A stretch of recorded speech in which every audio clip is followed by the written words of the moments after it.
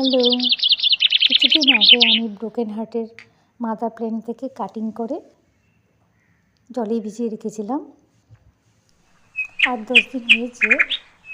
এখন এটা থেকে রুটস বেরিয়ে আসছে। এখন আমি এটাকে মাটিতে লাগিয়ে দিব। ছোট্ট একটা পট নিয়েছি, ওটাতে ফার্স্ট কোকোপিট দিয়েছি নিচে, তারপরে উপরে মাটি দিয়ে দিব। এই দেখো, এখন বেশি কাটিং লাগালে, এখন এখানে তো আমি 3টা লাগিয়েছি, তাই ছোটো পটেই লাগিয়েছি। বেশি কাটিং যদি করো তাহলে একটু বড় পট হলে ভালো, দেখতে বুশি হয়, খুব সুন্দর লাগে দেখতে। বড় হতে হতে এটা একটু লম্বা হয়ে যায়, লম্বাটা ঝুলিয়ে রাখলেও দেখতে সুন্দর লাগে।